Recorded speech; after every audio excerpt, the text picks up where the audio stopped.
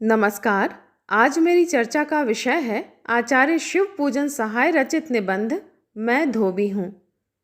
हिंदी भाषा एवं साहित्य के विकास में योग देने वाले प्रमुख गद्य लेखक आचार्य शिव पूजन सहाय का मैं धोबी हूँ शीर्षक ललित निबंध उनकी रचनावली के दूसरे भाग में संकलित है।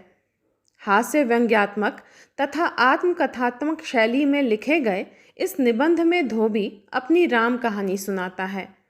इसमें धोबी द्वारा स्वर्ग में जन्म लेने, बाद में पृथ्वी पर अस्पृश्यता के अभिशाप से ग्रस्त होकर रहने की कल्पित पौराणिक कथा की ओर संकेत किया गया है।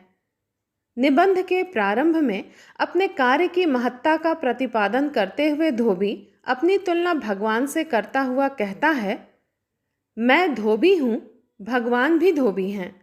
मैं कपड़े धोता हूँ, वे पाप धोते हैं, किंतु वे पतित पावन कहलाते हैं। मैं सारे समाज की मलिनता का परिष्कार करके भी अछूत कहलाता हूँ। धोबी की विडंबना यह है कि समाज का हर वर्ग उसे अछूत कहकर उसे दूर से ही विदा कर देता है।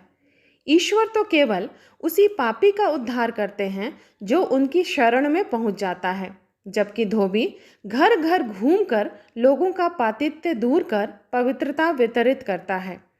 अपनी अस्पृश्यता का पौराणिक कारण स्पष्ट करता हुआ धोबी बतलाता है कि उसके जन्म के बाद ब्रह्मा ने उसे देवलोक के सबसे विलासी और शौकीन देवराज इंद्र के दरबार में रहकर कपड़े धोने का कार्य सौंपा। वह इंद्रलोक में रहकर नंदन वन के सुंदर सरोवर में कपड़े धोने लगा। देवराज इंद्र एवं अप्सराएं उससे अति प्रसन्न थीं। अप्सराओं की रंग बिरंगी साड़ियों तथा अन्य वस्त्रों को धोते धोते वह घोर व्यसनी बन गया। वह अप्सराओं के वस्त्र लेकर केवल धोता ही नहीं वरन उसे सूंघने भी लगता था। इसी सनक में धुत होकर एक दिन वह उर्वशी और रंभा की साड़ियों और कुर्तियों को एकांत में सूंघ रहा था। अप्सराओं के वस्त्रों की गंध की मादकता का उस पर ऐसा नशा सवार हुआ कि इसी प्रक्रिया में वह अंततः साड़ियों के गट्ठर पर ढेर हो गया।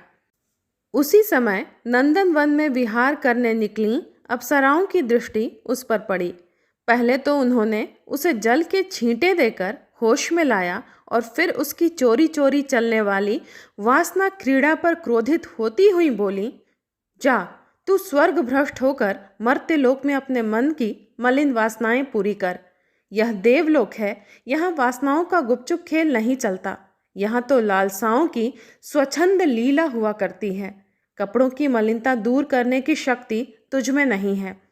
हम लोगों के कपड़ों की तह में छिपकर तेरी वासना महाराज तक पहुंच गई। तू कर्तव्यच्युत अपराधी है।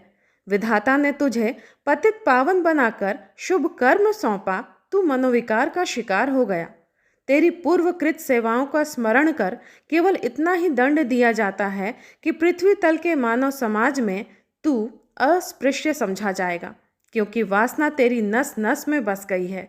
किंतु तेरे शुभ कर्म का जो गुण पवित्रीकरण है, उसके प्रभाव से तेरा दर्शन यात्रा काल में सदा मंगलप्रद माना जाएगा। देवलोक से तेरा निकाला जाना ही कल्याणकर है। लेखक ने इस पौराणिक कथा का उल्लेख करते हुए यह बताया है कि अपनी कर्तव्य विमुखता के कारण ही धोबी समाज में अछूत बना। गधे पर चढ़ाकर धोबी को देवलोक से निष्कासित किया गया। आज भी वही गर्दभ उसकी सनातन सवारी है। भगवान की तरह वह अब भले ही पतित पावन नहीं रह गया, फिर भी दोनों की श्रेणी एक है। दोनों की सवारी में ग और र का मेल है, क्योंकि धोबी की सवारी यदि गर्दभ है तो भगवान की सवारी गरुड़ है। भगवान की धोबिन गंगा है तो धोबी की धोबिन हरी धनिया। दोनों के कर्मों में समानता है। भगवान की शरण में आए पतितों को गंगा निर्मल करती है तो धोबी की धोबिन गंदे कपड़ों की सफाई में धोबी की तन मन से सहायता करती है। धोबी अपनी सामाजिक महिमा का बखान करता हुआ कहता है, कवि तो केवल मन मोदक खाते हैं। यहाँ सुंदरी से सुंदरी युवतियों की रंग बिरंग साड़ियों और कुर्तियों से नित्य मेरा घर गमगमाया करता है। मैं धोबी हूँ एक प्रतीकात्मक निबंध है। जिसमें धोबी मनुष्य के प्रतीक रूप में चित्रित है। निबंधकार ने एक बहुत बड़ी सीख भी उक्त निबंध के माध्यम से दी है कि मनुष्य जब वासना के वशीभूत हो कर्तव्य से विमुख हो जाता है तो वह मनुष्यता के ऊंचे आसन से बहुत नीचे खिसक जाता है। नियंत्रित और संतुलित आचरण द्वारा ही मनुष्य देवत्व प्राप्त कर सकता है। निबंध की भाषा सरल है। यत्र तत्र विश्लेषण हेतु संस्कृत के उदाहरणों का प्रयोग निबंध की विषय वस्तु में चार चांद लगा देता है। सहजता एवं व्यंग्यात्मकता के अपूर्व संगम से निबंध में प्रभावात्मकता स्वयंमेव उत्पन्न हुई है। धन्यवाद।